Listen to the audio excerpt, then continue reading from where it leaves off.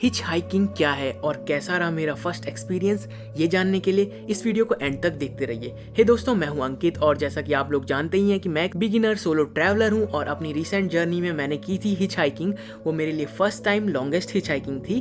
तो चलिए शुरू करते हैं इस वीडियो को और मैं आपको बताता हूँ कि हिच हाइकिंग क्या है। सो गाइज, लिफ्ट लेने को ही हिच हाइकिंग बोलते हैं। तो अब आपके माइंड में क्वेश्चन आ रहा होगा कि क्या लिफ्ट लेके भी दुनिया घूमी जा सकती है?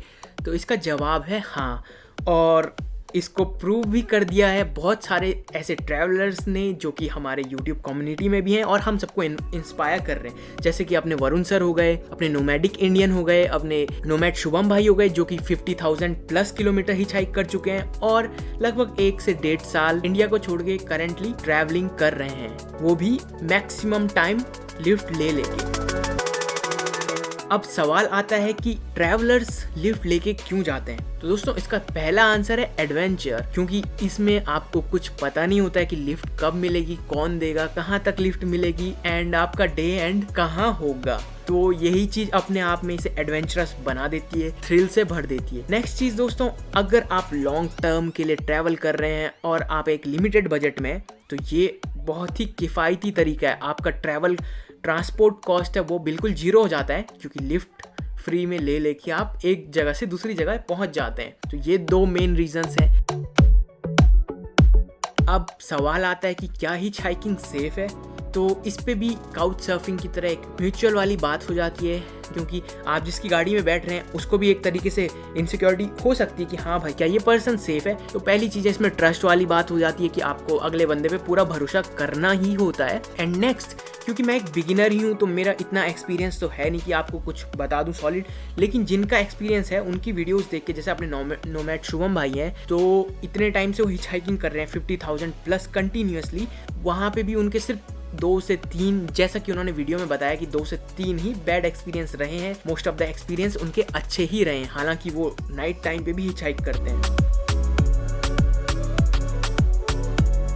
सो गाइज, अब मैं आपको अपना एक्सपीरियंस बताऊंगा। तो फर्स्ट टाइम मैंने हिच हाइकिंग ट्राई की थी जब मैं पंच केदार की यात्रा पे था और मुझे 2 लिफ्ट मिली थी। एक तो अपने घर से मार्केट तक और फिर मिली थी सिटी के बाहर से लगभग 70-80 किलोमीटर आगे गुप्त काशी तक। तो वो मेरी फर्स्ट लॉन्गेस्ट लिफ्ट थी। उसके बाद दोस्तों, नेपाल भूटान जर्नी में मैंने second day of Nepal try किया पूरा हिच हाइक करने का। तो मुझे लगभग पूरे दिन के एंड तक मैं बहुत सारी गाड़ियों में, ट्रक्स में, बाइक्स में ही चलता रहा। तो बहुत ही थ्रिलिंग एक्सपीरियंस था। मैं एक इंट्रोवर्ट हूँ, क्यों मैं हिच हाइक कर पाया उस दिन, अपने आप को हिम्मत कैसे दे पाया? तो पहली चीज़ मेरे माइंड में यही थी कि हाँ भाई, मैं ट्राई करूँगा, कुछ भी हो जाए आज हिच हाइक ही करनी है। तो फर्स्ट डे इसलिए टिक गया मैं। अब अगली चीज़ दोस्तों, इसमें मुझे जो स्ट्रगल हुआ वो हुआ टाइम, कि 15 मिनट, 20 मिनट, 25 मिनट, आधा घंटा तक लिफ्ट ही नहीं मिल रही है। लोग देख रहे हैं कि ये लड़का कर क्या रहा है। तो ये थोड़ा सा एक डिस्कम्फर्ट क्रिएट कर देती है। तो इसमें आपके माइंड में होना चाहिए कि आप लोग बने रहना चाहते हैं तो आपको लिफ्ट मिल ही जाएगी। उसके अलावा दोस्तों, अगली गलती जो मैं कर रहा था वो था डायरेक्ट मैं डेस्टिनेशन का नाम बोल दे रहा था। बहुत सारे ट्रक रुके, उनको मैंने डेस्टिनेशन कहा, फिर उनका नहीं हम वहाँ नहीं जा रहे। तो ये भी गलती नहीं करनी है। उसके बजाय मैप में नेक्स्ट लोकेशन उन्हें बतानी है कि हाँ जी, मुझे यहाँ तक जाना है। फिर आप जब बैठ गए एक बार तो बातचीत कीजिए। बातचीत के दौरान उनसे बोल सकते हैं कि हाँ जी, मेरा प्लान ऐसा ऐसा है, आप जहाँ तक जा रहे हैं आप मेरे को छोड़ दीजिए। क्योंकि ये इस तरह का सीन मेरे साथ हुआ। मैं एक बाइक वालों के साथ बैठा तो बात करते करते जहाँ तक बोला था उससे कई आगे मैं पहुँच गया। उसके अलावा एक और चीज़ मुझे फेस करनी पड़ी, वो थी गाइस की सर्दियों के टाइम पे बाइक से लिफ्ट बिल्कुल ना लें। मेरी ढंग से कुल्फी जम गई थी, वो भी 80-90 की स्पीड में। तो सर्दियाँ हैं तो बाइक को अवॉइड ही कीजिए। एंड हाँ, बहुत सारे ट्रैवलर्स जिनसे मैं मिला वो कहते हैं कि रात के टाइम आप लिफ्ट ना लीजिए। हालांकि जो हमारे शुभम भाई हैं वो ये भी ट्राई करते हैं और भी अदर ट्रैवलर्स हैं जो यूट्यूब में पोस्ट करते हैं वो भी ट्राई करते हैं।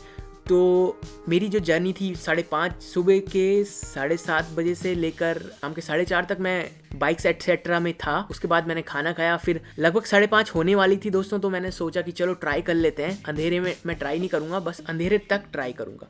और लकीली मुझे लिफ्ट मिल गई। और जो अपने वो ट्रक वाले भैया थे, बहुत ही काइंड हार्टेड पर्सन थे, बहुत ही अमेजिंग बंदे थे, उनसे काफ़ी बातचीत हुई। लगभग 2:30 बजे उन्होंने मुझे छोड़ा एक लोकेशन पे। उन्होंने मुझे सोने के लिए भी ऑफर किया था कि मैं ट्रक में सो जाऊँ, लेकिन मुझे लगा कि ये दिन हर दिन नहीं आता है, तो इसलिए मैं सोया नहीं। तो इस वजह से दोस्तों मेरी नींद पूरी नहीं हुई और नेक्स्ट डे मैंने हिच हाइकिंग में हाथ खड़े कर दिए। जैसा कि मैंने बताया कि इसमें डिस्कम्फर्ट काफ़ी ज़्यादा होता है, तो अब ये आपकी अपनी प्रेफरेंस है कि आप कितना कोप अप कर पाते हैं। ये मेरा फर्स्ट टाइम था, इसलिए मेरे से फर्स्ट डे हुआ बहुत बढ़िया था मेरे लिए, लेकिन नेक्स्ट डे मैंने हार मान ली। क्योंकि दोस्तों जो रात के 2:30 बजे थे जहाँ पे मैं रुका था, वहाँ पे मुझे टेंट लगाना पड़ा और टेंट लगाने के बाद मैं सो नहीं पाया, क्योंकि आपके चारों तरफ लोग होते हैं, बातचीत करते रहते हैं, तो मुझे नींद नहीं आई। तो ये चीज़ आपको ध्यान में रखनी होगी। फर्स्ट टाइम आप ट्राई कर रहे हैं तो आप गो इजी टाइप, डिपेंड करता है वैसे person to person. As a beginner मैं कहना चाहूँगा आप ट्राई कीजिए, मज़ा आएगा। दोबारा मैं ट्राई करूँगा। हाँ, इसके अलावा एक और चीज़ ध्यान में रखनी है आपको कि ढलान पे लिफ्ट मिलना बहुत मुश्किल हो जाता है। ये मुझे लगा जब हम काठमांडू टू पोखरा वॉक कर रहे थे, तो पूरा ढलान है, तो वहाँ पे किसी ने गाड़ी नहीं रोकी क्योंकि रोकना मुश्किल था। और इवन बाद में एक पुलिस ऑफिसर ने हमें लिफ्ट दिलवाई, तो वो भी ट्रक के सामने पूरा खड़े हो गए थे, तब जाके ट्रक वाले ने ब्रेक मारा। उसके अलावा एक और पॉइंट है, रात के टाइम जो मेरे साथ एक थोड़ा सा डरावना इंसिडेंट हो गया था। पुलिस ऑफिसर्स ने हमें लिफ्ट दिलवाई थी, तो जो एक ट्रक वाले थे, भाई साहब थे 12 बजे के आसपास, तो वो एक ही सवाल, वो मतलब फाइनेंस पे ज़्यादा ही सवाल आपको पूछ रहे थे, जो कि पिछले वाले जो ट्रक वाले भाई साहब थे उनके साथ में बैठा था, उन्होंने कुछ इतना ज़्यादा डीपली किसी ने मेरे से कुछ नहीं पूछा। वो यहाँ तक पूछ रहे थे कि आप बस से आए हैं तो कौन सी बस से आए हैं, AC है नॉन AC है। तो इतना ज़्यादा डीप में अगर कोई आपको सवाल पूछता है तो थोड़ा आप उसको क्लियर कट जवाब मत दीजिए, बिल्कुल सच्चाई मत बता दीजिएगा। ये मैंने उस दिन समझ लिया था, क्योंकि हो सकता है वो एसेस करना चाह रहे हो कि हाँ भाई आप कितना कैरी कर रहे हैं, क्या आपका बैकग्राउंड है, और मे भी रात का टाइम है, कुछ भी हो सकता है। ये सेफ्टी वाली बात है, मुझे ऐसा फील हुआ क्योंकि वो मल्टीपल टाइम एक ही सवाल बार बार घुमा फिरा के पूछ रहे थे, जिस वजह से मैंने थोड़ा घुमा दिया उनको। हालांकि कुछ हुआ नहीं। तो ये एक भी छोटा सा चीज़ आप दिमाग में रख सकते हैं। पेट्रोल पंप पे लिफ्ट मिल जाती है, क्योंकि जब आप किसी को अप्रोच करेंगे, बातचीत करेंगे, तभी आपको लिफ्ट मिलेगी।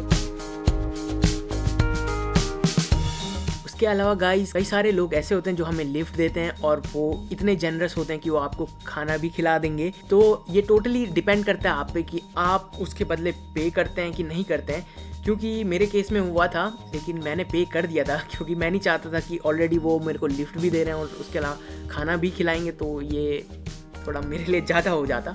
इसलिए मुझे लगा कि उनको ऐसा नहीं, तो मैंने पे कर दिया था ज़बरदस्ती। बट कई केसेस में जो पर्सन होते हैं वो आपको पे नहीं करने देंगे। तो अगर आपके पास कुछ है उनके साथ शेयर करने के लिए, मेनली एक्सपीरियंस ही होता है गाइज, और अपने बारे में, अपने कल्चर के बारे में, यही एक इम्पॉर्टेंट चीज़ होती है, जो कि लिफ्ट जब आपको मिलती है उसके बदले कोई पर्सन एक्सपेक्ट करता हुआ, वो आपके बारे में जानना चाहेगा। हाँ भाई आप ऐसा कर ही क्यों रहे हो, लिफ्ट से क्यों जा रहे हो, क्या नई चीज़ें हैं, आपके ट्रैवल एक्सपीरियंस। तो कोशिश रखिएगा कि ज़्यादा से ज़्यादा आप बात कर पाएँ, जो कि बहुत ही अच्छी बात होगी। बस गाइज यही था मेरा लिफ्ट का एक्सपीरियंस फर्स्ट डे का।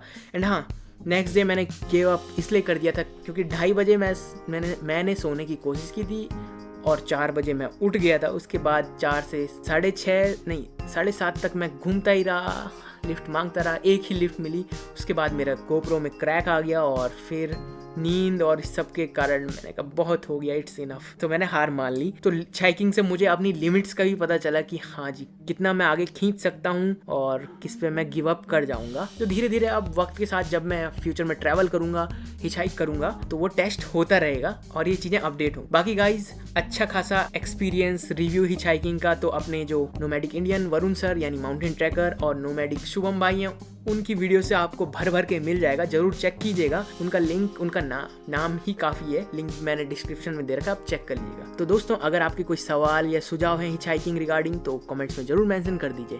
चलिए आपसे मिलता हूँ अब अगली वीडियो में एक नए एक्सपीरियंस शेयरिंग के साथ। तब तक के लिए गुड बाय।